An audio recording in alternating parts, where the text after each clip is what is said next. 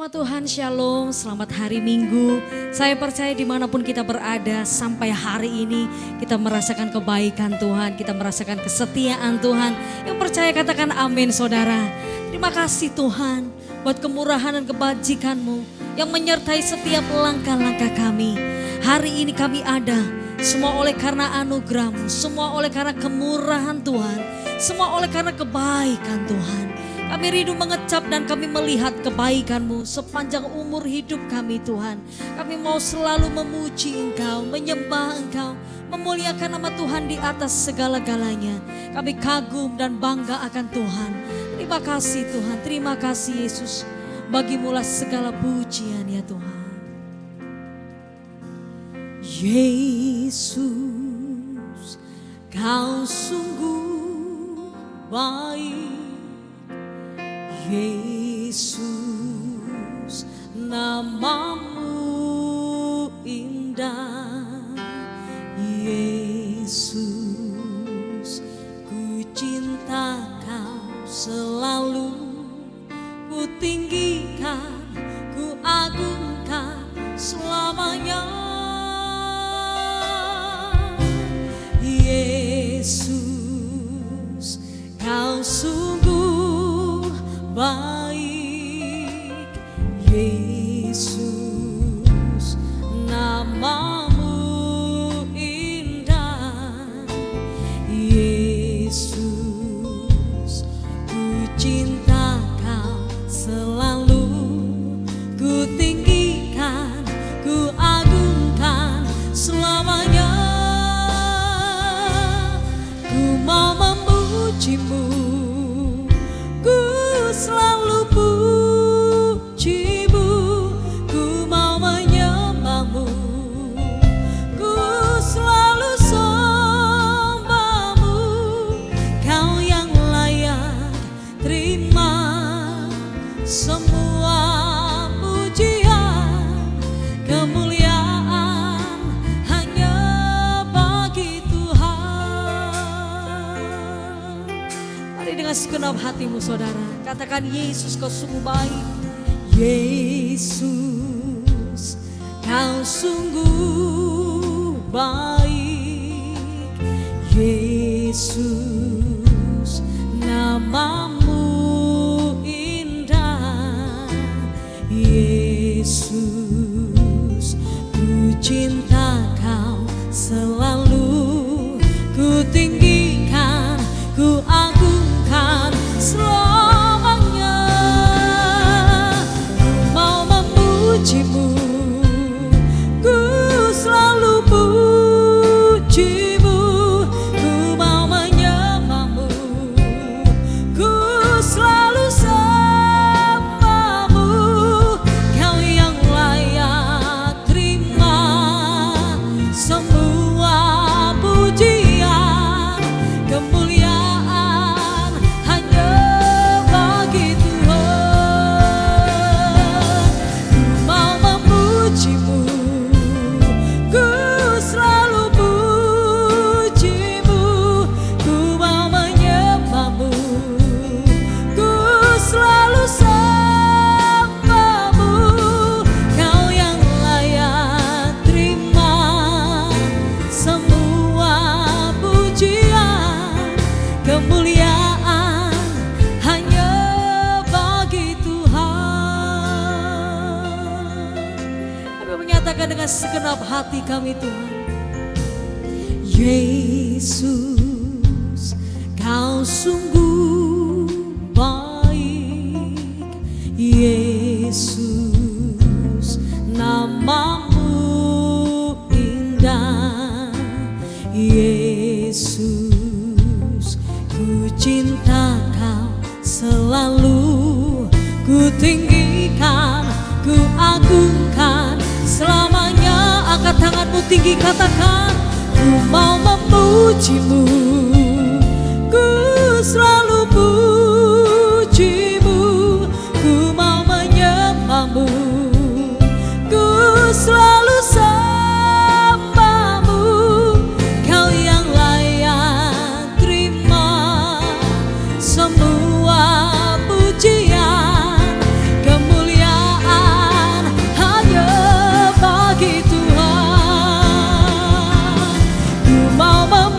pujimu, ku selalu pujimu, ku mau menyembahmu, ku selalu samamu, kau yang layak terima semua pujian, kemuliaan hanya bagi Tuhan.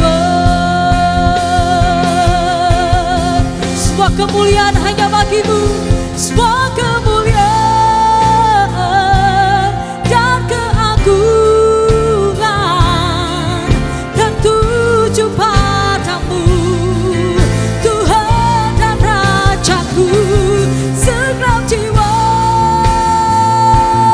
dan nafasku menyembah Yesus yang hidup. Semua kemuliaan dan keagungan tertuju padamu, Tuhan dan Rajaku. Segenap jiwa dan nafasku menyembah Yesus yang hidup. Dengan segenap hati kami mau memujimu, ku selalu pujimu, ku mau menyembahmu, ku selalu samamu, kau yang layak terima semua pujian, kemuliaan hanya bagi Tuhan.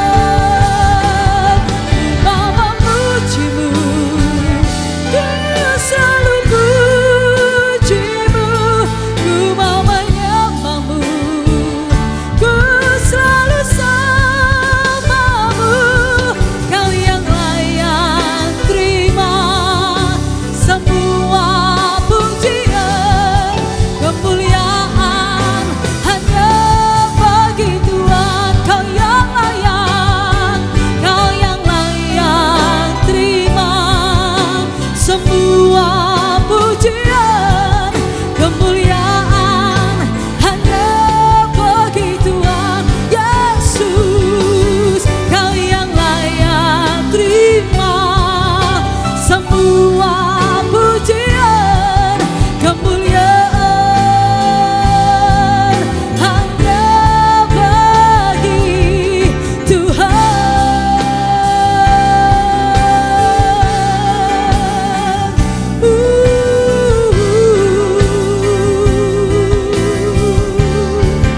Ya, saat ini dengan segenap hati kami, dengan segenap jiwa kami, dengan segenap kekuatan kami mempersembahkan pujian yang terbaik bagimu, mempersembahkan penyembahan kami yang terbaik bagi Yesus. Kami sembah Kau Tuhan, kami sembah Kau Yesus, dengan segenap hati kami, dengan segenap jiwa kami. Engkau yang layak,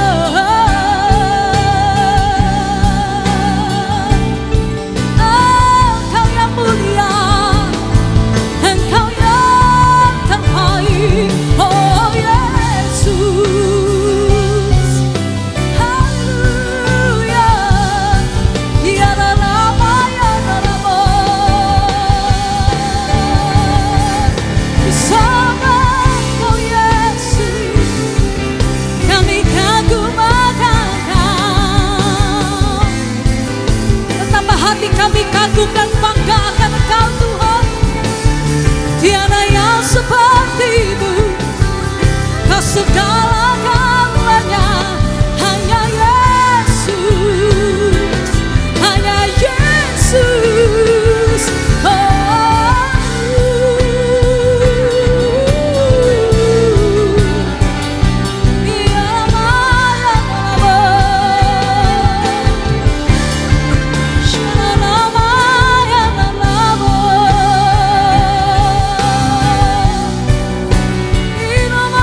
Yeah.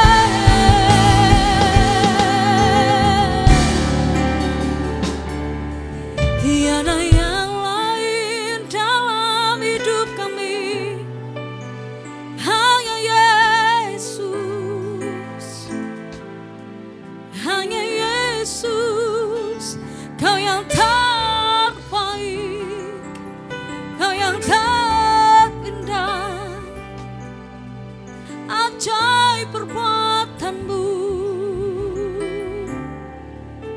Ya Rama ya Shi. Ya Rala batakara la ya shara bara bara bara bara bara bara bara bara bara. Ya setiap kami saat ini yang beribadah,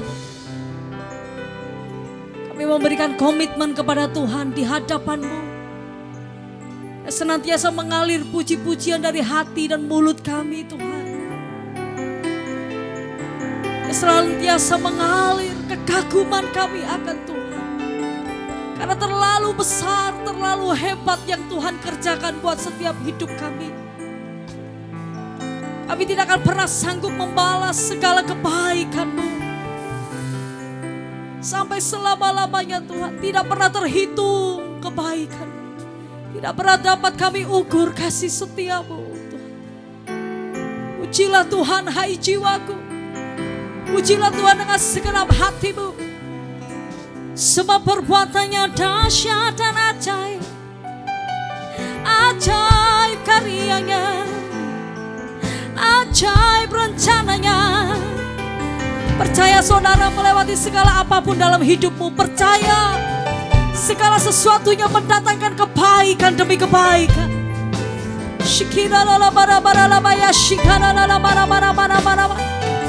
Tak terselami jalanmu, tak terselami rencanamu. Sungguh heran dan besar karyamu. Sungguh agung dan mulia perbuatanmu Tuhan. Tiada pernah kami hitung, tak dapat kami ukur kasih setia Yesus. Tak dapat kami selami kebaikan-Mu Tuhan. Terima kasih, kami bersyukur, kami bersyukur Yesus. Terima kasih Tuhan.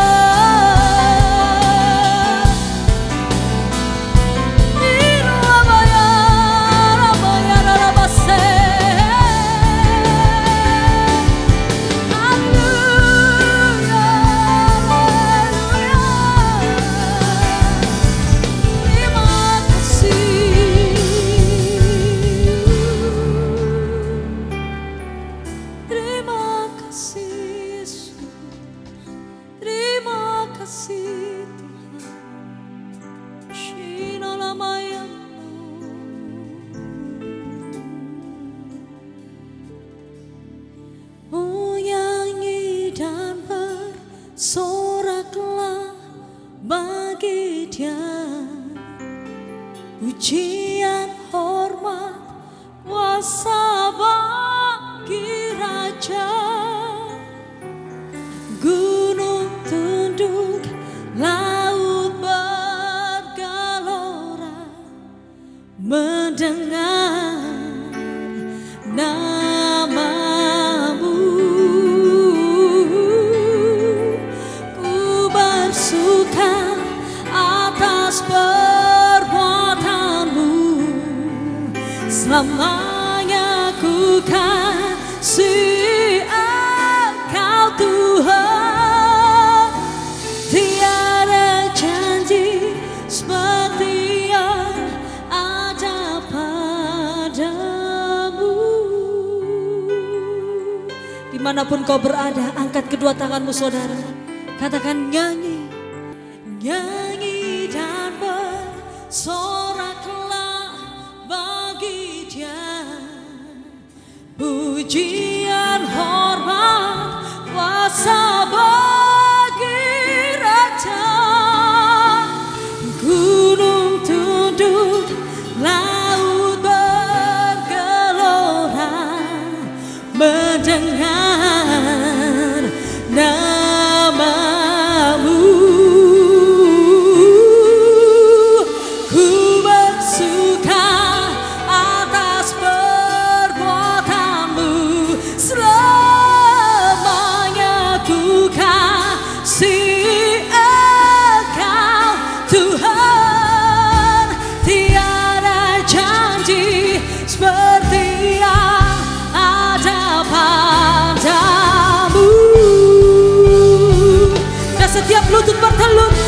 setiap lidah mengaku nyanyi, nyanyi dan bersoraklah bagi Dia.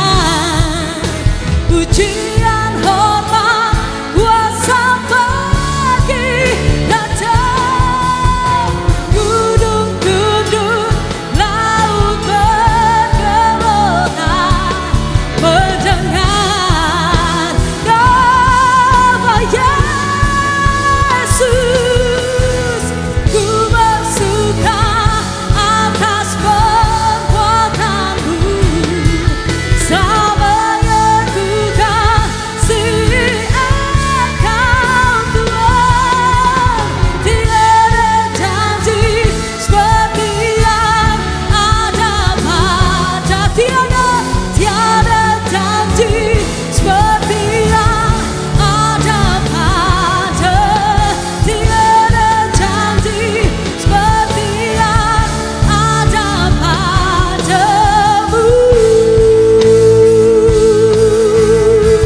Yang percaya beri tepuk tangan sorak-sorai. Kemuliaan haleluya bagi Yesus. Haleluya. Kami melihat keajaiban-Mu, kami mengalami kedahsyatan Tuhan, dan kami bersuka cita oleh karena Tuhan kami ajaib, Tuhan kami luar biasa. Yang percaya sama-sama katakan saudara, amin. Tepuk tangan sorak-sorai yang paling meriah bagi Tuhan kita. Haleluya. Setiap kita yang bernafas, kita memuji Tuhan. Dia dahsyat, Dia ajaib. Ya.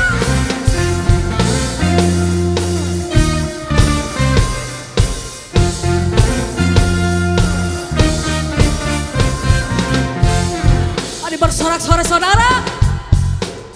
Woo.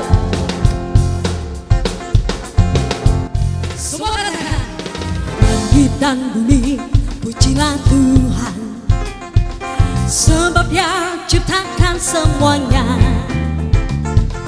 Keagungannya mengatasi langit bumi, sebab sujud di hadapannya. Bersatu hati saudara, satu suara meninggikan Raja di atas segala raja. Sama-sama. Langit dan bumi pujilah Tuhan, sebab Dia ciptakan semuanya. Keagungannya mengatasi langit bumi, sebab sujud di hadapannya. Semua katakan, ku puji, ku sembah, ku puji, ku sembah Yesus Kristus Sang Penebusku. Ku puji, ku sembah, ku puji, ku sembah Yesus Tuhan dan Rajaku. Yeah.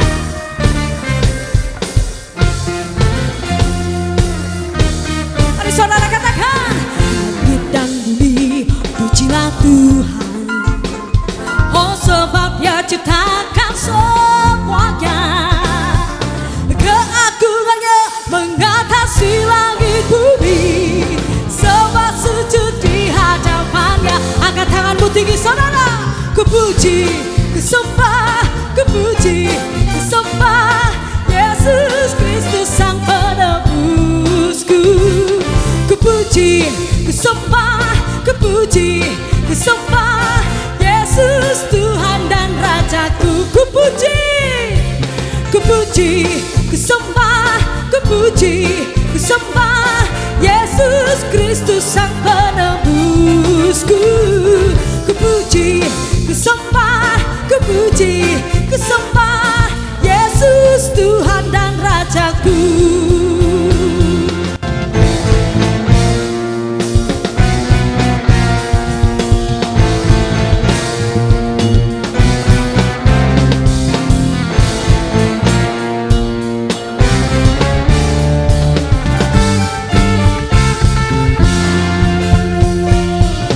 Haleluya, amin.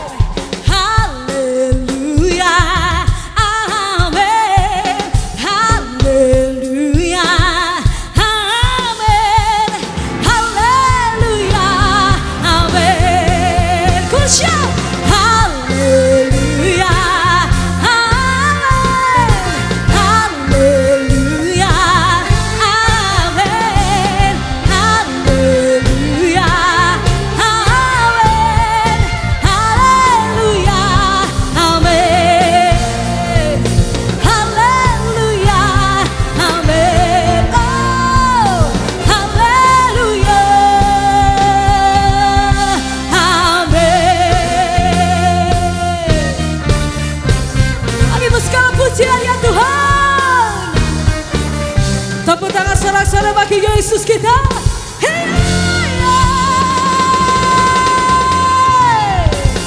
Amin, amin. Kami sungguh bangga punya Tuhan seperti Engkau. Kami bersuka cita Tuhan, sebab Engkau Immanuel, Tuhan yang beserta dengan kami. Di masa-masa seperti ini Tuhan, kami mau senantiasa mengandalkan Tuhan. Kami mau senantiasa berjalan bersama dengan Tuhan. Kami tahu Tuhan, Kau Tuhan yang tidak pernah melepaskan setiap kami. Kau Tuhan yang tidak pernah meninggalkan kami. Hati kami siap Tuhan, untuk Kau pulihkan lewat firman-Mu. Hati kami siap Tuhan, untuk Kau bangkitkan melalui kebenaran firman-Mu. Tuntun kami, sertai kami. Kami perlu Yesus, kami perlu Tuhan. Bila Engkau tak besertaku,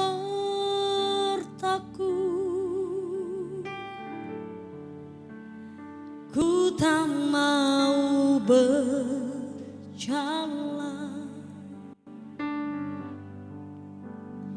Ku perlu Tuhan, pimpin langkahku dengan kasih karunia-Mu.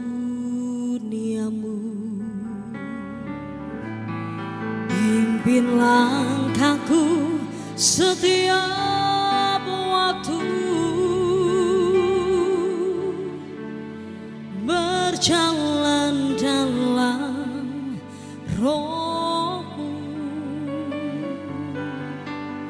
Nyatakan Tuhan kemuliaan-Mu, dan berjalanlah denganku. Bila Engkau tak besertaku,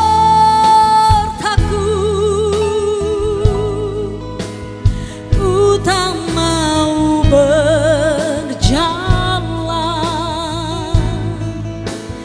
Ku perlu Tuhan, pimpin langkahku dengan kasih karunia-Mu. Pimpin setiap kami, pimpin langkahku setiap waktu, berjalan dalam Roh-Mu. Nyatakan Tuhan kemuliaan-Mu, dan berjalanlah denganku. Bila Engkau tak besertaku, Yesus, ku tak mau berjalan. Ku perlu Tuhan, pimpin langkahku dengan kasih karunia-Mu. Pimpin langkahku setiap waktu, berjalan dalam Roh-Mu. Nyatakan Tuhan kemuliaan-Mu, dan berjalanlah denganku. Kami perlu firman-Mu, kami perlu Engkau Tuhan. Kami perlu Yesus, pribadi yang tidak dapat digoncangkan dengan apapun. Kami perlu Yesus menuntun kami. Kami perlu Yesus menyertai kami. Kami perlu Yesus memimpin langkah-langkah kami. Biarlah bukan kehendak kami yang jadi, tapi biarlah kehendak Tuhan yang jadi.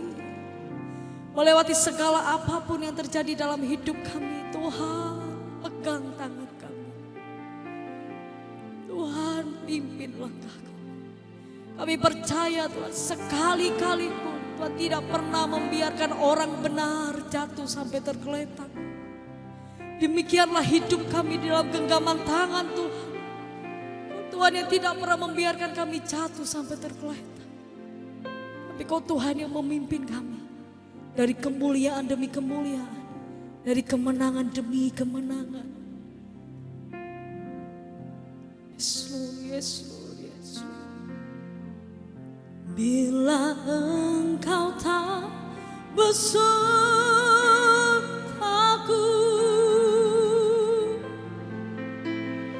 ku tak mau berjalan. Katakan kami perlu Kau. Ku perlu Tuhan, pimpin langkahku dengan kasih karunia-Mu.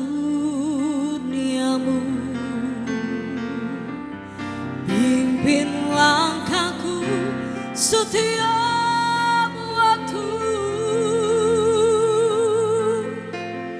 berjalan dalam Roh-Mu. Nyatakan Tuhan kemuliaan-Mu dan berjalanlah denganku. Nyatakan Tuhan kemuliaan-Mu dan berjalanlah denganku. Oh nyatakan, oh nyatakan Tuhan kemuliaan-Mu dan berjalanlah denganku.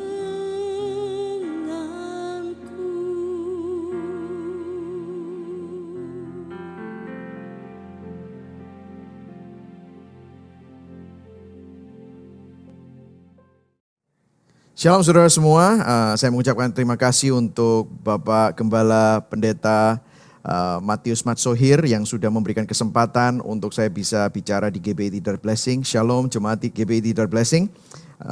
Hari ini kita akan berbicara dengan topik menghadapi penderitaan. Kalau saudara sadari akhir-akhir ini banyak sekali penderitaan, banyak sekali kesusahan, dan ini bukan hanya ada di Indonesia tetapi di seluruh dunia. Dan judul menghadapi penderitaan ini bukan judul yang populer yang diberitakan di mimbar-mimbar gereja. Bahkan manusia pada dasarnya tidak suka penderitaan. Saudara pernah ketemu sama orang yang hobinya menderita? Saya yakin Anda tidak akan pernah menemukan orang itu. Jarang orang yang benar-benar menyukai penderitaan. Ada sih, benar-benar sepertinya mereka mencari penderitaan ya. Hidup sudah susah tetapi dia membuat hidupnya lebih susah. Ada sih, tetapi nggak banyak. Nah, kalau kita melihat seluruh dunia sedang mengalami penderitaan dari dampak COVID-19. Kita semua, saya yakin saudara mengalami dampaknya. Bisnis saudara kena dampak, mungkin toko saudara kena dampaknya, mungkin kesehatan saudara juga kena dampaknya. Mungkin Anda sendiri saat ini sedang kena COVID. Bahkan banyak berita duka kanan kiri, dan saya banyak bertemu dengan jemaat, bahkan hamba-hamba Tuhan yang mengalami begitu banyak pergumulan dan penderitaan gara-gara COVID-19. Tetapi saya mau katakan kepada saudara, kalau ngomongin tentang penderitaan, sebenarnya penderitaan, masalah, pergumulan, dan krisis adalah bagian dari kehidupan manusia. Itu tidak bisa dihindarkan. Saya dulu berpikir saudara, semakin saya rajin ke gereja, saya dulu berpikir semakin saya rajin baca Alkitab atau saya semakin rajin berdoa, maka kedekatan saya dengan Tuhan itu akan membebaskan saya dari masalah dan pergumulan. Bebas dari penderitaan. Gak ada lagi yang namanya pergumulan. Maaf, tetapi saya ingin memberitahu bahwa doktrin seperti itu sebenarnya tidak Alkitabiah. Karena kebenarannya bukan seperti itu.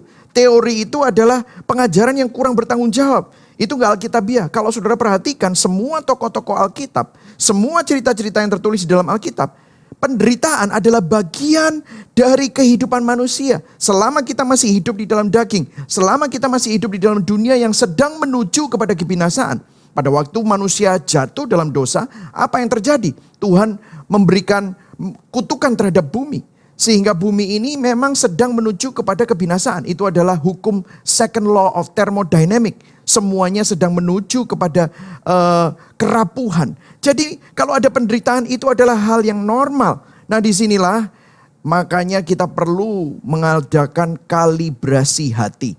Karena kalau tanpa kalibrasi hati, kita akan selalu dipengaruhi dengan filosofi-filosofi dan prinsip-prinsip yang belum tentu sesuai dengan Alkitab. Nah saudara, apa yang kita percayai akan menentukan bagaimana kita berperilaku dan berkeputusan. Terutama dalam masa wabah pandemi COVID-19 ini, di mana begitu banyak orang mengalami keresahan, ketakutan, kekhawatiran, dan keterpurukan. Seorang hamba Tuhan yang terkenal namanya Billy Graham, dia berkata begini, "We are fallen creatures living in a fallen world that has been twisted and corrupted by sin. We all share in its brokenness. Most of all, we share in its tragic legacy of disease and death." Bahasa Indonesianya adalah, kita semua adalah makhluk yang sudah jatuh ke dalam dosa, yang hidup di dunia yang sudah jatuh di dalam kutuk dosa, yang sudah dikorupsi dan dirusak karena dosa. Dan kita semua mengalami akibat dari kerusakan itu. Sehingga saudara dan saya mewarisi tragedi, penyakit, dan kematian. Jadi saudara, baik Anda yang percaya Tuhan atau yang tidak percaya Tuhan, semua akan mengalami berbagai macam penderitaan. Nah, ayat yang akan kita selidiki adalah kata-kata Yesus sendiri. Bukan kata-kata orang lain, tetapi Yesus sendiri. Bukan nabi, tetapi Yesus sendiri. Yang merupakan inkarnasi dari pribadi kedua Allah Tritunggal. Di hari yang terakhir sebelum Yesus ditangkap dan diadili, kemudian disalib, dia mengatakan hal ini kepada murid-muridnya. Nah, kita akan baca bersama-sama, oke? Yohanes 16 ayat 33, saya akan menggunakan terjemahan sederhana Indonesia, ya. Dan ini sedikit berbeda tetapi mirip, ya. Nanti kita akan baca juga terjemahan baru, ya. LAI. Saya akan mulai. Hanya satu ayat hari ini. Semua ini kukatakan kepada kalian masing-masing yang sudah bersatu dengan aku, supaya kamu bisa hidup dengan hati yang tenang. Dalam dunia ini kamu pasti menderita. Tetapi kuatkanlah hatimu karena aku sudah mengalahkan dunia ini. Amin saudara. Kalau bahasa Inggrisnya, in this world you will have tribulation. But take heart, I have overcome the world. Di dalam dunia ini kamu pasti mengalami penderitaan. Tetapi kuatkanlah hatimu karena aku sudah mengalahkan dunia. Nah saudara, kalau saudara perhatikan, kita akan melihat kata-kata di awal di ayat 33. Yang kuning ini saudara lihat. Semua ini kukatakan kepadamu. I have said these things to you. Apa yang dikatakan sih? Bukan gini, bukan if you have tribulation. Kalau kamu mengalami penderitaan. No. Tetapi di dalam dunia ini kamu pasti menderita. You will. Jadi bukan akan datang atau tidak. Ini bukan saya yang bilang. Ini tulisan, bukan tulisan pendeta. Tetapi ini adalah perkataan Yesus yang ditulis oleh Rasul Yohanes. Jadi ini Yesus yang bilang. Nah dia bilang gini, semua ini kukatakan kepadamu masing-masing. Semuanya itu apa? Nah kita harus melihat ayat-ayat sebelumnya. Nah saya ada sedikit listnya, saya nggak punya waktu untuk menjelaskannya satu-satu. Tetapi semua ini kukatakan kepadamu ada di list ini. Di PowerPoint slide saya ini. Di Yohanes 14 ayat 25 ini berbicara tentang Roh Kudus, yaitu roh yang menolong dan roh penghibur. Kemudian Yohanes 15 ayat 1 sampai 11, Yesus adalah pokok anggurnya dan kita carang-carangnya. Kita disuruh terus berdiam di dalam Kristus. Yohanes 15 ayat 12 sampai 27, kasih Kristus dan mereka murid-muridnya adalah sahabat. Mereka akan menjadi saksi Kristus. Yohanes 16 ayat 1 sampai 25 dikatakan bahwa Roh Kudus akan memampukan mereka. Yohanes 16 ayat 25 berbicara tentang bagaimana mereka terus bergantung kepada Tuhan melalui mekanisme doa. Dan Yohanes 16 ayat 33 hidup dalam damai sejahtera dan kemenangan meskipun kita mengalami penderitaan. Amin saudara ya. Jadi ini semua dikatakan Yesus untuk mempersiapkan murid-muridnya. Karena sebentar lagi dia akan disalib. Dia akan mati. Dan kemudian 3 hari kemudian dia akan bangkit. Dan gak lama kemudian dia akan naik ke surga. Dan Roh Kudus turun. Dan ini diberikan kepada murid-muridnya oleh Yesus untuk menguatkan mereka. Dan kata-kata yang sama di sini juga ingin diberikan kepada kita semua yang merupakan bagian dari gereja Tuhan untuk menguatkan kita. Ini diberikan untuk jemaat GBI Tidar Blessing untuk menguatkan saudara semua. Nah, apa intinya? Kita akan mengadakan eksposisi sedikit ya saudara ya. Jadi semua ini kukatakan kepada kalian masing-masing yang sudah bersatu dengan aku. Supaya kamu bisa hidup dengan hati yang tenang. Nah, kita stop dulu di sini. Kalau saudara lihat hati yang tenang itu damai sejahtera. Itu bahasa aslinya adalah irene, bahasa Ibrani adalah shalom, damai sejahtera atau peace, ya. That you may have peace. Nah, terus kita kembali ke ayatnya. Dalam dunia ini kamu pasti menderita. Nah, kalau yang satu, di dalam Kristus kamu hidup dengan tenang. Nah, jadi kalau saya bisa simpulkan ada sebuah kontras yang Tuhan Yesus ingin berikan kepada saudara hari ini. Bahwa di dalam Kristus kamu beroleh shalom, damai sejahtera. Kalau kamu hidup di dalam dunia saja, kamu pasti menderita. Nah, ini bukan pilihan saudara, jangan salah mengerti. Jadi bukan begini ya, ada orang yang menafsirkannya begini. Oh, kalau kamu hidup di dalam dunia, kamu akan menderita. Tetapi kalau kamu hidup di dalam Kristus, kamu nggak menderita tetapi beroleh damai sejahtera. Bukan begitu loh maksudnya. Kalimat ini berbicara sedikit berbeda. Nah, di sini perlu kalibrasi hati, oke? Jadi maksud dari perkataan Kristus di atas adalah begini. Meskipun kamu mengalami penderitaan di dalam dunia, kalau kamu ada di dalam Kristus, maka kamu meskipun kamu mengalami penderitaan, kamu akan tetap mengalami shalom Tuhan, irene, damai sejahtera Tuhan. Tidak akan membuat kamu khawatir, galau, tidak akan membuat kamu putus asa. Tetapi tanpa Kristus maka hidupmu akan hanya berlangsung menjalani penderitaan demi penderitaan tanpa makna. Tapi di dalam Kristus, bahkan di dalam penderitaan kita, hati kita masih bisa mengalami ketenangan. Hati kita masih bisa mengalami shalom. Hati kita masih mengalami damai sejahtera. Itulah yang dimaksudkan ayat-ayat ini. Nah, penderitaan seperti apa yang dimaksudkan di sini? Saya secara cepat saja ya saudara. Nah, di sini kalau saudara perhatikan kata-kata di dalam dunia kamu akan menderita. Nah, menderitanya itu adalah dalam konteks kalau bahasa aslinya di terjemahan baru Alkitab Indonesia itu lebih tepat. Dalam dunia kamu akan menderita penganiayaan. Dan itu benar. Thlipsis, persecution, tekanan. Jadi ini bukan saja penderitaan yang terjadi gara-gara kesalahan kita. Saudara tahu di dalam dunia ini ada penderitaan itu macam-macam ya saudara. Penderitaan karena dosa sendiri. Berapa banyak saudara sadar bahwa banyak penderitaan yang terjadi dalam hidup manusia itu karena kesalahan kita sendiri. Saya kasih contoh. Misalnya kalau saudara adalah seorang suami, kemudian saudara selingkuh. Tuhan ampuni saudara enggak? Ya Tuhan ampuni mungkin kalau saudara minta ampun kepada Tuhan. Tetapi kalau Anda suami, istri saudara sakit hati enggak? Ya sakit hati. Mungkin belum bisa mengampuni saat itu. Anak-anak Anda kecewa enggak? Anak-anak Anda kecewa. Mungkin Tuhan ampuni dosa saudara, tetapi ada konsekuensi dari dosa kita. Jadi sebenarnya penderitaan-penderitaan banyak orang itu terjadi gara-gara kesalahannya dia sendiri.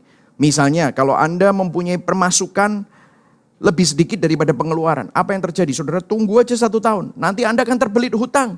Maka kalau Anda akhirnya terbelit hutang dan tidak bisa membayar hutang. Apa yang terjadi? Rumah Anda mau disita. Motor Anda mau disita.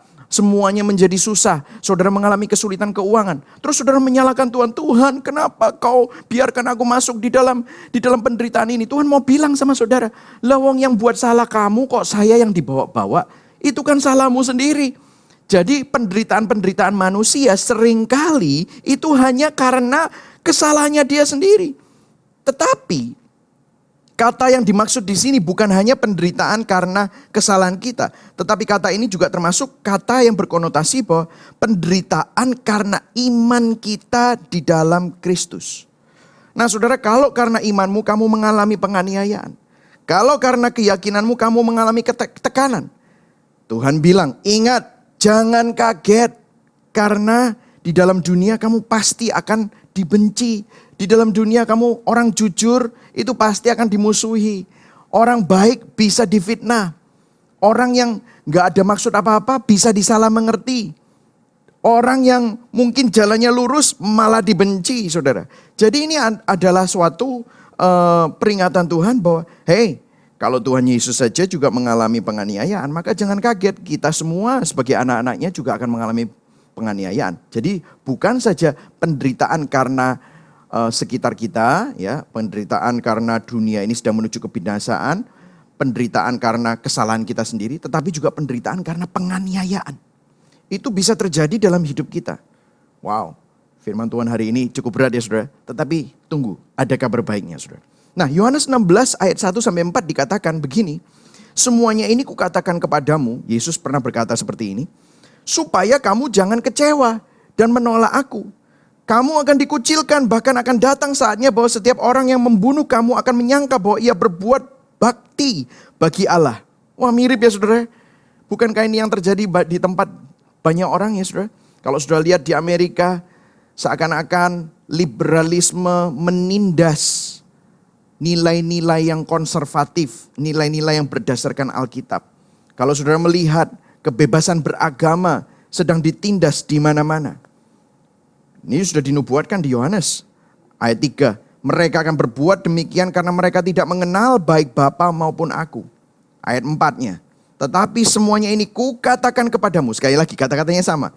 Semuanya ini kukatakan kepadamu supaya apabila datang saatnya kamu ingat bahwa aku telah mengatakannya kepadamu.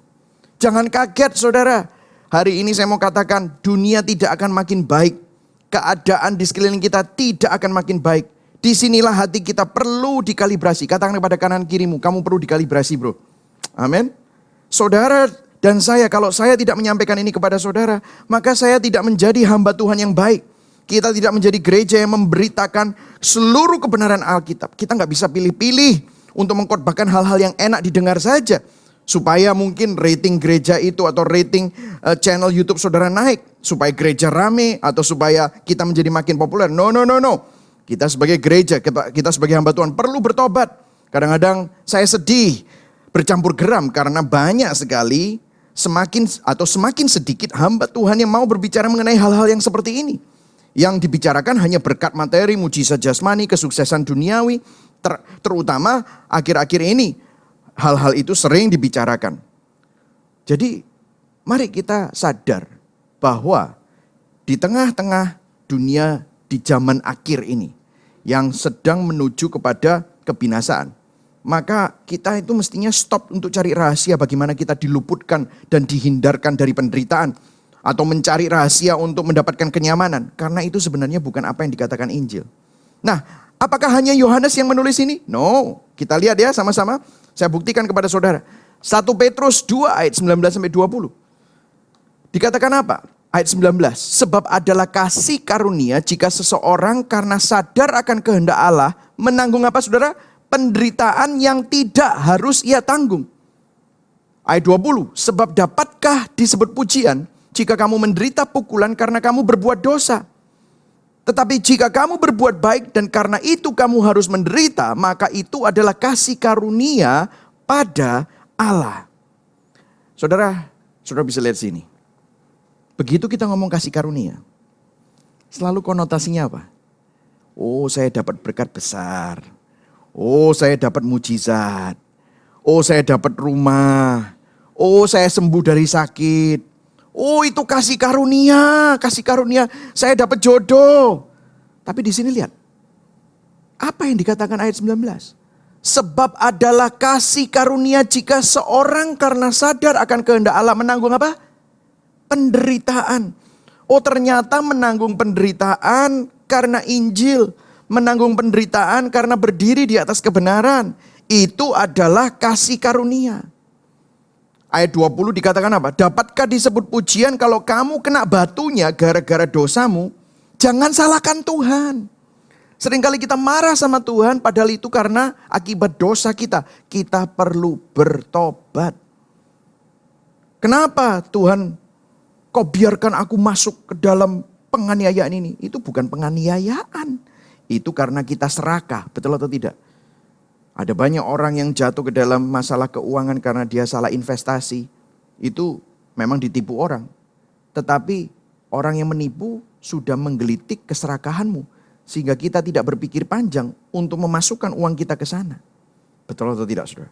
Nah, ini adalah ayat-ayat Alkitab yang begitu gamblang. Di satu pasal sebelumnya di Yohanes 16:33, kan Yohanes 16:33 tadi kita baca kan ayat nats kita. Di satu pasal sebelumnya di Yohanes 15 dikatakan apa? Nah ini ya, Yohanes 15 ayat 18-19. Jikalau dunia membenci kamu, ingatlah bahwa ia telah lebih dahulu membenci aku daripada kamu. Sekiranya kamu dari dunia, tentulah dunia mengasihi kamu sebagai miliknya. Tetapi karena kamu bukan dari dunia, melainkan aku telah memilih kamu dari dunia, sebab itulah dunia membenci kamu. Wow. Jadi jangan kaget kalau memang nilai-nilai Injil itu berbeda dengan nilai-nilai dunia. Bahkan bertolak belakang. Jadi di sini saudara, kalau dunia mengejar kekayaan, dunia mengejar kenyamanan, dunia mencari makna di dalam hal-hal yang fana, biarlah saudara sadar bahwa hidupmu tidak ditentukan dengan kekayaanmu. Hidupmu tidak ditentukan dengan kenyamananmu. Hidupmu tidak ditentukan oleh hal-hal yang fana. Justru melalui Injil kita mempunyai lensa yang baru. Saat melihat kefanaan kita bisa melihatnya dalam lensa kekekalan. Karena hidup kita di dunia ini hanya sementara. Karena Tuhan sudah menyediakan kemuliaan yang jauh lebih mulia. Jadi jangan terkecoh dengan hal-hal di sini. Bahkan di sini Kristus menyelipkan doktrin pemilihan Tuhan, unconditional election. Aku telah memilih kamu dari dunia. Saudara, bersyukurlah kalau saudara ada di dalam Kristus. Jangan pernah kita bermegah bahwa kita yang memilih Tuhan. No, kalau saudara dan saya bisa diselamatkan, itu semata-mata karena Tuhanlah yang lebih dulu berinisiatif untuk menyelamatkan kita. Untuk memberikan anugerah, untuk membawa kita bisa percaya. Mungkin saudara bertanya, saya pikir Kristus menderita untuk kita supaya kita tidak menderita. Kristus menggantikan penderitaan kita. Benar, saudara. Tetapi gini, saudara. Kita perlu mengerti konteks yang benar. Upah dosa adalah maut. Artinya apa? Kita yang berdosa semestinya dihukum mati, dihukum di bawah maut. Konsekuensi dan hukuman dosa yang semestinya saudara dan saya tanggung, sudah ditanggung dan sudah diselesaikan oleh Kristus melalui karya salibnya. Dan di dalam Kristus, saudara menerima kebenaran Allah. Saudara dikuduskan dalam kekudusan Kristus. Artinya apa? Kekudusan Kristus, kebenaran Kristus, dan kemuliaan Kristus diperhitungkan atas hidupmu yang percaya kepadanya. Kita gak mampu untuk bisa kudus. Kita gak mampu untuk bisa benar. Tetapi melalui Kristus, saudara dibenarkan. Melalui Kristus, saudara dikuduskan. Melalui Kristus, saudara menerima kemuliaan Allah. Itu yang Kristus lakukan buat kita. Alkitab tidak pernah mengatakan bahwa orang yang ada di dalam Kristus tidak pernah mengalami penderitaan. No. Tapi di dalam penderitaan kita, kita adalah orang-orang yang mengalami damai sejahtera. Kita adalah orang-orang yang lebih daripada pemenang. Karena Kristus sudah mengalahkan dunia, maka penderitaan dunia ini tidak ada yang tidak bisa kita tanggung. Bahkan di tengah-tengah pergumulan dan permasalahan kita masih bisa memuji Tuhan. Kita masih bisa mengucap syukur. Kita bisa hidup melayani Tuhan dan memuliakan Tuhan. Amin, saudara. Ini merupakan kabar baik, saudara. 2 Korintus 1 ayat 3-4. Kenapa sih penderitaan itu ada? Kenapa penderitaan diizinkan Tuhan di dalam hidup kita? 2 Korintus 1 ayat 3-4 ini menjadi tema ayat bagi GBI Gibeon tahun ini, tahun 2021. Karena kita jadi diingatkan, kalau Tuhan mengizinkan kita mengalami penderitaan, itu ada sebabnya. Ada tujuan yang mulia. Kita baca sama-sama ya. Terpujilah Allah, Bapa Tuhan kita Yesus Kristus, Bapa yang penuh belas kasihan dan Allah sumber segala penghiburan, yang menghibur kami dalam segala penderitaan kami. Sehingga kami sanggup menghibur mereka yang berada dalam bermacam-macam penderitaan dengan penghiburan yang kami terima sendiri dari Allah. Jadi saudara tahu, di tengah-tengah penderitaan kita, Allah adalah sumber segala penghiburan. Apakah berhenti sampai di situ? Tidak, saudara. Penghiburan yang kita terima, penghiburan Allah untuk penderitaan kita, bukan hanya untuk kita. Karena dikatakan apa? Sehingga kita bisa menghibur orang lain. Jadi penghiburan yang kita terima untuk penderitaan kita dari Allah bukan hanya untuk kita, tetapi juga untuk orang lain yang mengalami berbagai macam penderitaan, supaya mereka pun sadar bahwa mereka tidak sendirian, tetapi mereka memiliki Kristus. Kristus adalah Immanuel, Allah beserta kita. Saudara, saya mau kasih tahu kepada saudara bahwa mujizat yang terbesar dalam hidup ini bukan pada waktu kamu gak punya uang dan Anda mengalami terobosan. Mujizat yang terbesar dalam hidup ini bukan waktu Anda ini sakit dan kemudian sakitmu disembuhkan.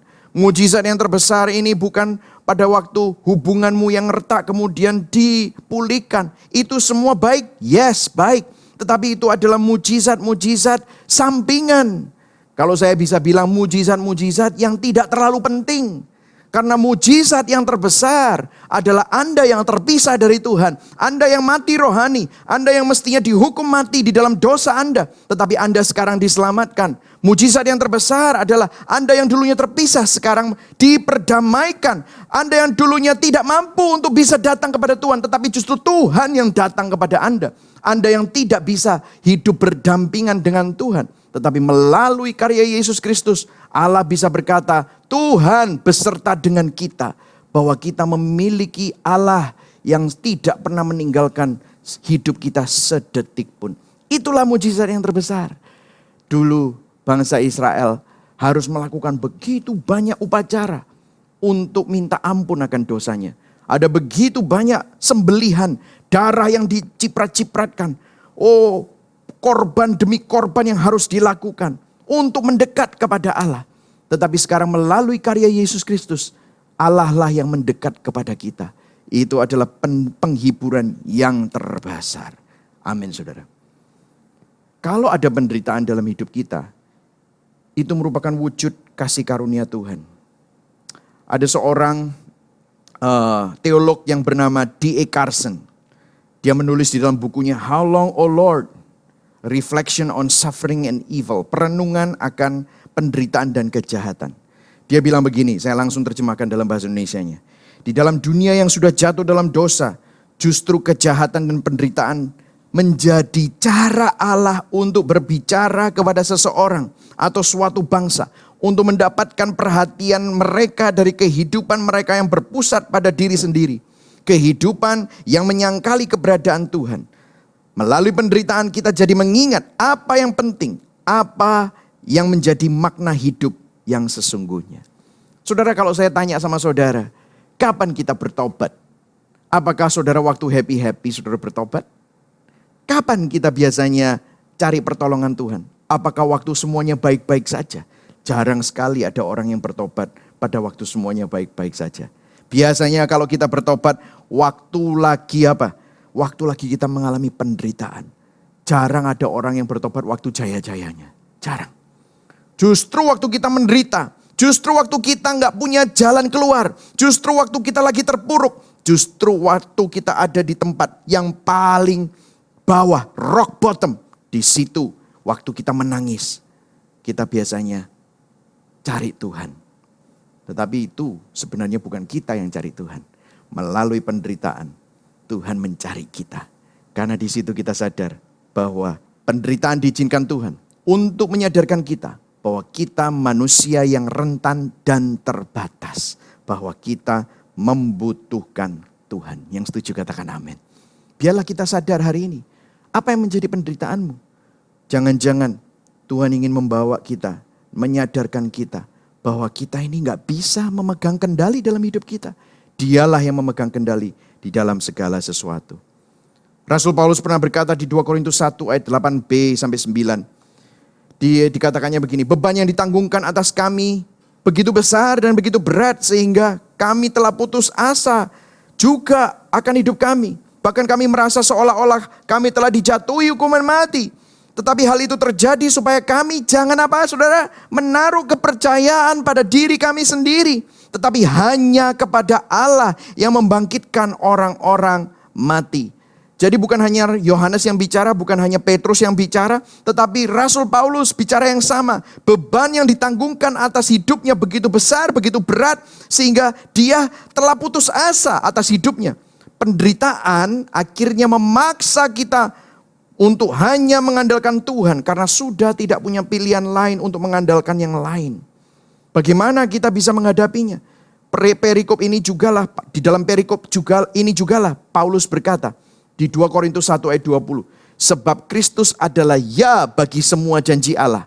Itulah sebabnya oleh Dia kita mengatakan amin untuk memuliakan Allah. Di sini coba kita perhatikan, kita kembali ke ayatnya. Sebab Kristus adalah ya bagi semua janji Allah. Seringkali kita pikir janji Allah itu apa? Terobosannya. Seringkali kita pikir janji Allah itu apa? Oh, keuangan yang dipenuhi. Pemeliharaan Tuhan. Oh, mujizat dan jawaban doa yang kita tunggu-tunggu. Tetapi di sini apa? Kristus adalah ya bagi semua janji Allah. Tahukah saudara, yang paling berharga dalam hidup kita ini bukan mujizatnya, bukan berkatnya, bukan jawaban doanya, tetapi Kristus. Yesus Kristus adalah ya. Seringkali kita hanya pakai Kristus untuk dapetin yang lain-lain ini loh saudara. Padahal yang lain-lain ini bukan janji Allah. Janji Allah itu adalah Kristus. Kalau saudara kuat bukan karena dapat berkat. Saudara kuat bukan karena dapat jawaban doa. Saudara kuat bukan karena dapat mujizat. Bukan. Saudara kuat karena saudara punya Kristus.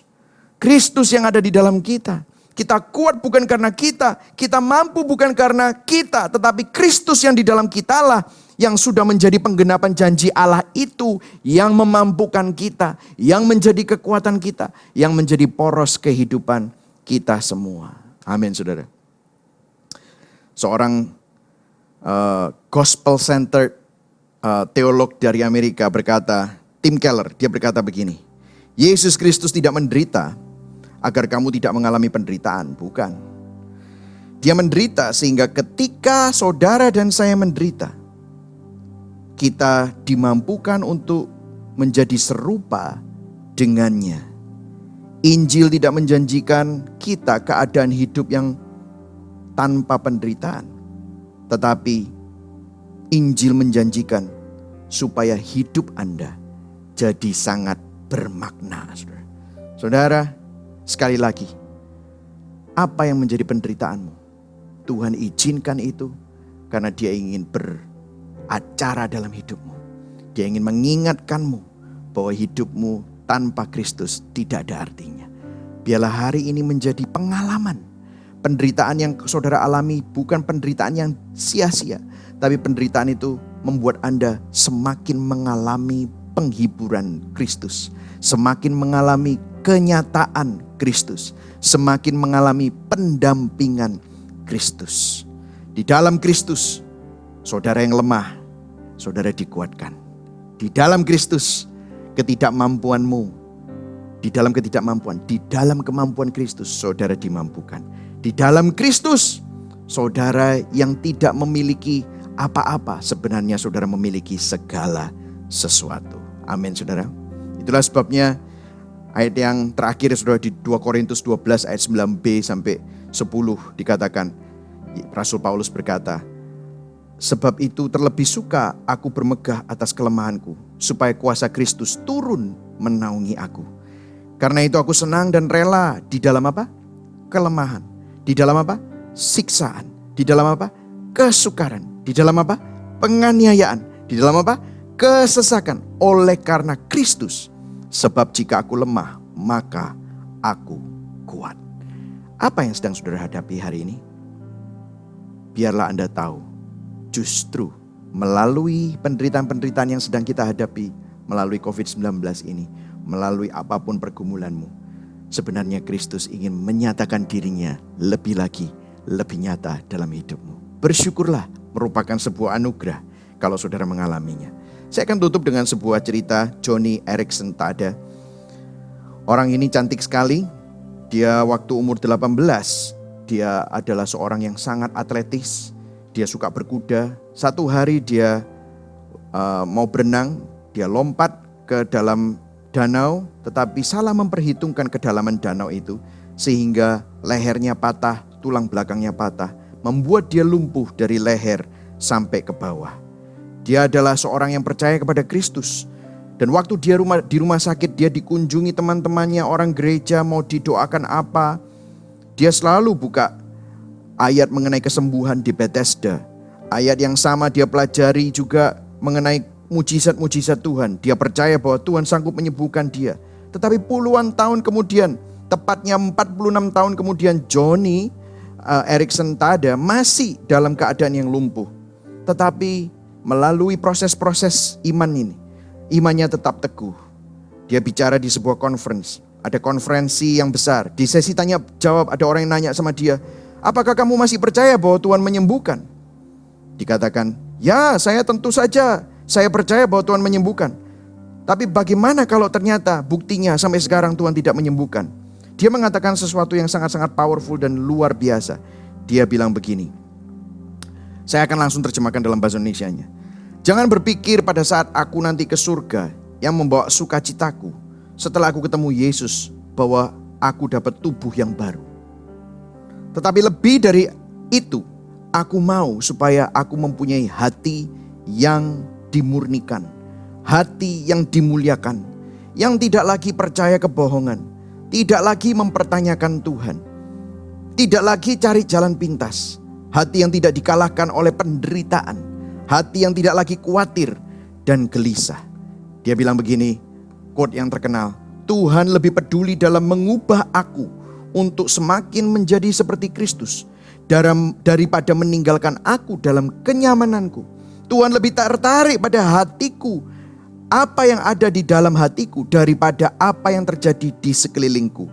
Itu memurnikan imanku, membuat aku jadi rendah hati, membersihkan pikiranku dan membentuk karakterku. Ini dikatakan oleh seorang wanita yang sudah 50 tahun lebih tetap lumpuh.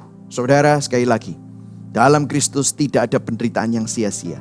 Semuanya diizinkan Tuhan untuk kebaikan kita dan kemuliaan Tuhan. Allah turut bekerja dalam apa? Segala sesuatu. Untuk apa? Mendatangkan kebaikan. Selalu ada kebaikan Tuhan, selalu ada kemuliaan Tuhan di balik semua pergumulanmu, di balik semua penderitaanmu. Mari sama-sama kita berdoa. Bapa, kami mengucap syukur hari ini kami diingatkan orang dunia yang di luar Kristus pada saat mereka mengalami penderitaan, pengharapan mereka adalah fana, pengharapan mereka adalah hal-hal yang sementara. Tapi kami mengucap syukur bahwa firman-Mu sudah memprediksi di dalam dunia ini kami akan mengalami penderitaan. Tetapi kuatkanlah hati kami Tuhan, karena Engkau sudah mengalahkan dunia. Biarlah kami sadar bahwa di balik semua penderitaan ini ada maksud yang besar, supaya kami semakin bergantung pada Engkau, supaya kami sadar bahwa kami tidak mampu hidup tanpa Engkau. Kami membutuhkan Engkau. Melalui penderitaan ini, biarlah kami merasakan dan mengalami Kristus lebih nyata dalam hidup kami. Kami juga dibuat semakin serupa dengan Engkau. Dan biarlah kami Tuhan hidup untuk kemuliaan-Mu saja. Terima kasih Tuhan. Bahkan saat-saat ini kalau ada hamba-hamba-Mu, jemaat-Mu yang sedang mengalami tangisan dan penderitaan yang begitu berat, ingatkan mereka bahwa Engkau adalah Allah Immanuel yang tidak pernah meninggalkan mereka.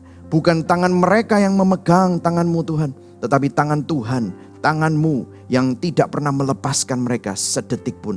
Ada pendampingan, ada kebersamaan, ada pengharapan di dalam Kristus. Terima kasih Bapak, Engkau berkati jemaat gereja GBI Tidar Blessing, semua jajaran pengurusnya, semua hamba-hamba Tuhan dan jemaat-jemaatnya.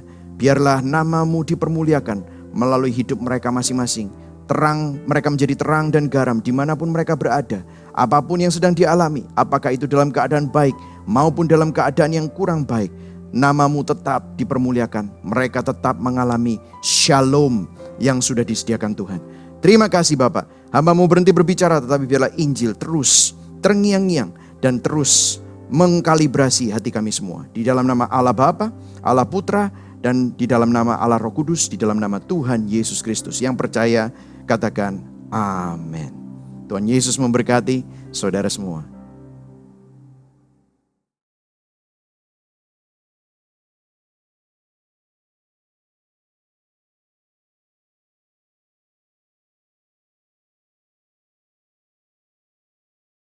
Tiba saatnya buat setiap kita akan masuk dalam perjamuan kudus.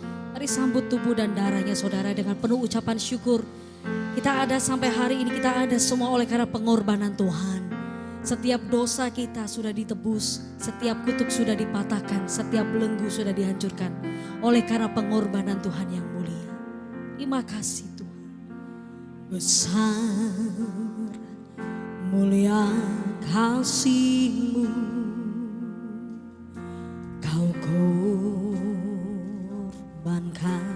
hidupmu, curahkan darahmu sebagai ganti dosaku. Kau berikan harapan di dalam kesesakan. Agunglah perbuatan-Mu, Yesus Tuhan penebusku. Karena kasih-Mu yang selamatkanku, menyucikan dan menebus hidupku. Ku naikkan syukur buat pengorbanan-Mu, maha mulia dan terindah Kau Yesus. Katakan, Kau yang berikan kami harapan. Kau berikan harapan di dalam kesesakan. Agunglah perbuatan-Mu, Yesus Tuhan penebusku.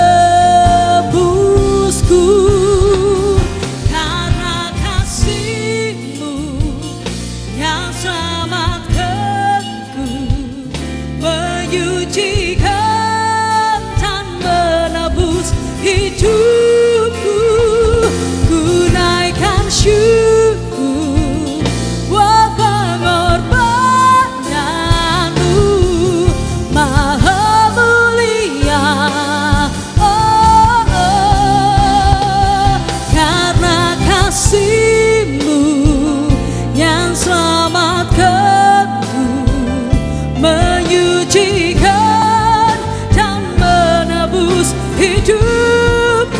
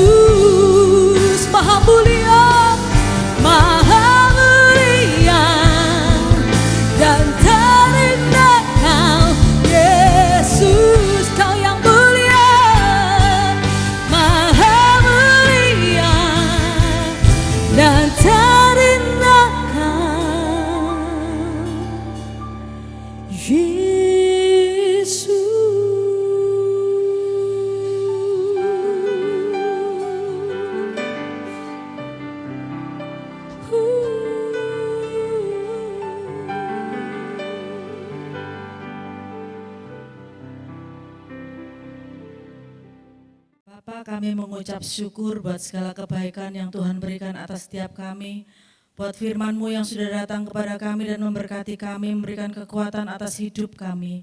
Terima kasih Bapa, saat ini kami siapkan hati kami untuk kami boleh masuk dalam perjamuan kudus-Mu. Kau layakkan kami, Kau layakkan setiap kami Tuhan. Terima kasih Bapa, terima kasih. Kami sambut Tuhan perjamuan-Mu dalam nama Yesus. Haleluya, amin.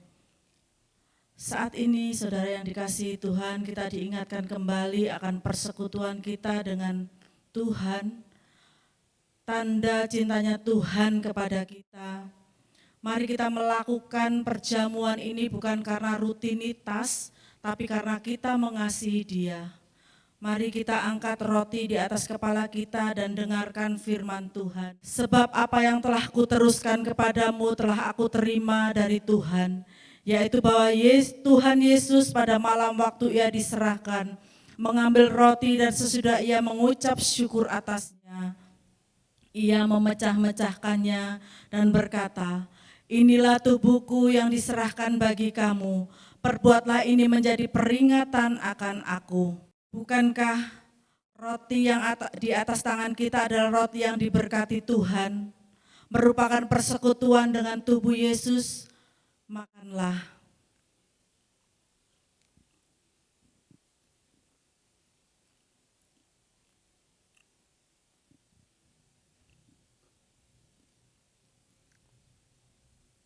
Angkat cawan di atas kepala kita, demikian juga Ia mengambil cawan sesudah makan lalu berkata, cawan ini adalah perjanjian baru yang dimateraikan oleh darahku.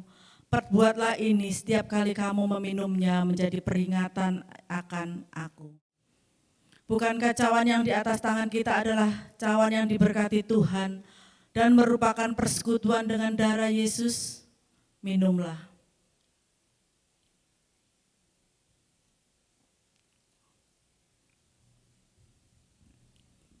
Mari kita mengucap syukur. Terima kasih Tuhan, terima kasih buat tubuh dan darah-Mu. Kami percaya Tuhan, tubuh dan darah-Mu itu sudah mematerai dalam hidup kami. Dan itu merupakan Tuhan persekutuan yang luar biasa dalam hidup kami. Saat kami bersekutu dengan tubuh dan darah-Mu Tuhan, kami percaya yang sakit sudah disembuhkan, yang kesusahan sudah dihiburkan, yang mengalami jalan buntu Tuhan sudah buka jalan. Terima kasih Tuhan, Kau sudah memberkati setiap jemaat-Mu dimanapun mereka berada. Kami percaya Tuhan menyertai dan memberkati setiap mereka. Terima kasih Bapak, terima kasih. Kami juga menyerahkan Tuhan setiap jemaat-Mu yang sudah setia dengan mengembalikan persembahan, baik perpuluhan juga persembahan-persembahan lain. Tuhan berkati kehidupan mereka, Tuhan berkati pekerjaan mereka, Tuhan berkati rumah tangga mereka. Apapun yang mereka kerjakan Tuhan, Engkau yang membuat berhasil dan beruntung. Terima kasih Bapak, terima kasih. Saat ini kami memberkati bangsa kami Tuhan, bangsa Indonesia Tuhan. Biarlah Tuhan berdaulat atas bangsa kami, Tuhan yang menyembuhkan bangsa kami, Tuhan yang memulihkan bangsa kami, Tuhan yang memulihkan perekonomian bangsa kami, Tuhan yang memberkati pemerintahan kami. Roh takut akan Engkau senantiasa ada dalam setiap kehidupan mereka, sehingga apapun yang mereka kerjakan, semuanya hanya untuk kepentingan bangsa dan negara ini Tuhan. Kami juga memberkati Tuhan, kota Surabaya di mana kami tinggal. Biarlah Tuhan kesejahteraan itu boleh terjadi atas bangsa, atas kota kami Tuhan. Kami percaya damai sejahtera sukacita senantiasa melimpah atas kota kami Tuhan. Karena kami percaya Tuhan kesejahteraan kota ini adalah kesejahteraan kami. Tuhan memberkati para pemimpin kami yang ada di kota ini. Tuhan memberkati TNI. Tuhan memberkati Polri, Tuhan memberkati tenaga medis. Kami percaya Tuhan, kesembuhan terjadi Tuhan. Kami percaya Tuhan, penyertaan Tuhan terjadi atas bangsa dan kota kami. Terima kasih Tuhan, pandemi ini akan segera berlalu di dalam nama Yesus. Terima kasih Bapak, kami juga memberkati gerejamu Tuhan. GBI Tidar Blessing, biarlah Tuhan memberkati gerejamu ini. Kau pakai gerejamu ini untuk menyatakan kemuliaan Tuhan. Tuhan juga memberkati setiap hamba-hambamu yang ambil bagian melayani di GBI Tidar Blessing Tuhan. Kami percaya Tuhan, kesehatan, kebaikan, kemurahan senantiasa melimpah atas setiap kehidupan mereka Tuhan. Terima kasih Bapak, terima kasih. Terima kasih Engkau sungguh sangat baik dalam setiap kehidupan kami. Jemaat GBI Tidar Blessing, angkat tanganmu. Jika engkau baik-baik mendengarkan suara Tuhan Allahmu dan melakukan dengan setia segala perintahnya yang disampaikan padamu pada hari ini, maka Tuhan Allahmu akan mengangkat engkau di atas segala bangsa di bumi. Diberkati kehidupanmu, diberkati rumah tanggamu, diberkati pekerjaanmu, diberkati kesehatanmu, diberkati studimu. Apapun yang engkau kerjakan, Tuhan yang membuat berhasil dan beruntung. Bahkan damai sejahtera yang melampaui segala akal itu akan dilimpahkan atas hidupmu. Mulai hari ini sampai Maranatha, Tuhan Yesus datang kedua kali. Di dalam nama Yesus yang diberkati Tuhan, katakan amin.